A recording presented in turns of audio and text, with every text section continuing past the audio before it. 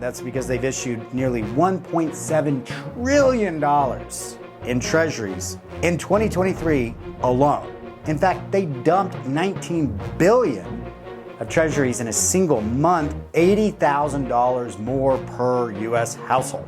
Will this trend continue? Time will tell.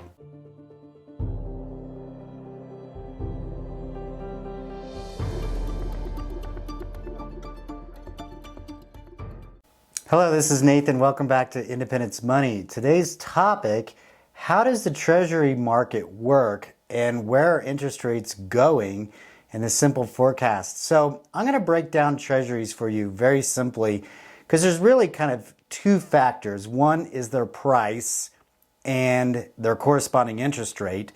And what drives that, quite simply, is good old-fashioned supply and demand.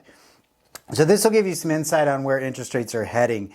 First off, why does this market exist? It's because the government can't keep themselves on a budget or maintain any kind of fiscal responsibility. They're quite frankly spending more money than they make. And currently right now, tax revenues are down. Well, wait a minute, Nathan. Didn't they just pass a bill that basically hiked $60 billion worth of taxes in 2023? True, but tax revenues are down 13%. Why? Well, partly because we have a slow economic growth. There's a lot of tax credits that went out to pet projects. And in 4 years, Washington has managed to saddle $80,000 more per U.S. household. So we're drowning in debt. That's why tax revenues are down. So according to the Congressional Budget Office in 2022, total revenues were $4.9 trillion, or almost 20% of our GDP. This means that the government sucks up 20% of what the entire country produces in its gross domestic product. This money does not immediately go back into the economy. That's in economics, we call that velocity of money. So quickly explain, if you worked for me and I gave you your paycheck, then immediately you go buy groceries. That grocery store then pays their employees, and their employers go buy a tank of gas. That gives the gas station money. And so that same dollar goes around the wheel multiple times in a very short order. When we pay the government money, a lot of times that revenue has already been spent and factored into the economic expansion or contraction, or it has to wait around till next year's budget. So the taxes are kind of a parasitic effect on expanding the economy, hence the slowing economy, hence why tax revenues are down. So that's why we're running a deficit of around 1.5 trillion so far. Hence, the Treasury market is effectively the United States credit card. And they just keep issuing more of it. These are the forms of bills, notes, and Treasury bonds with varying maturities. So interesting fun fact, treasuries are not sold when they're issued. They're auctioned. And then they trade in the secondary market. So they're one of those things that is very truistically impacted by supply and demand.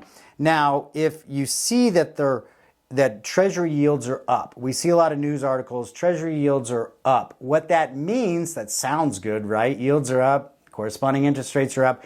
What that means though is prices are down. So it's not necessarily a good economic indicator here.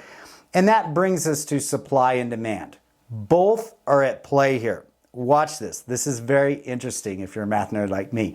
One is this leadership is spending money like your kids aren't going to inherit this recklessness. So record amounts of debt means record amounts of treasuries.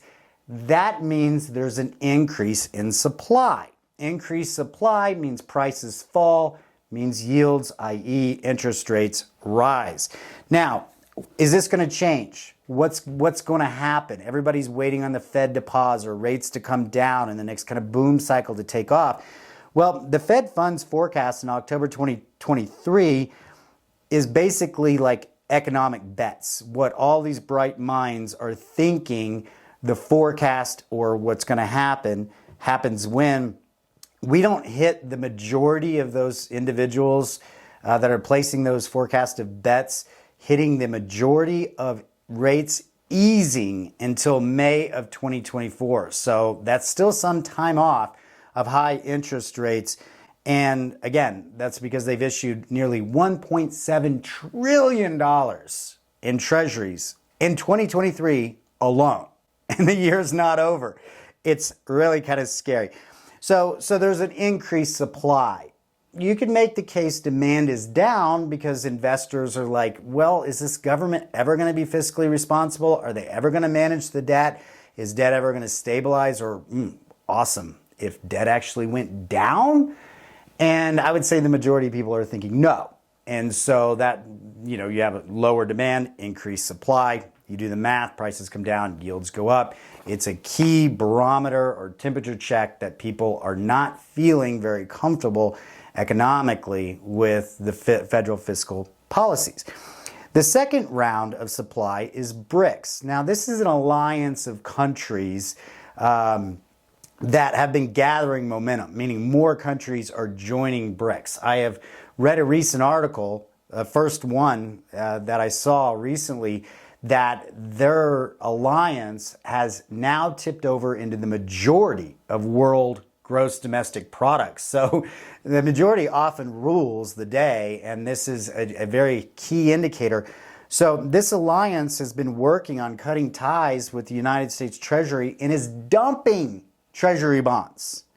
What that means is they're selling Treasury bonds. So if they're selling their Treasury bonds back into the secondary market, and then meanwhile the federal government is issuing record amounts in the primary market, you have a double whammy of a very sharp increase in supply.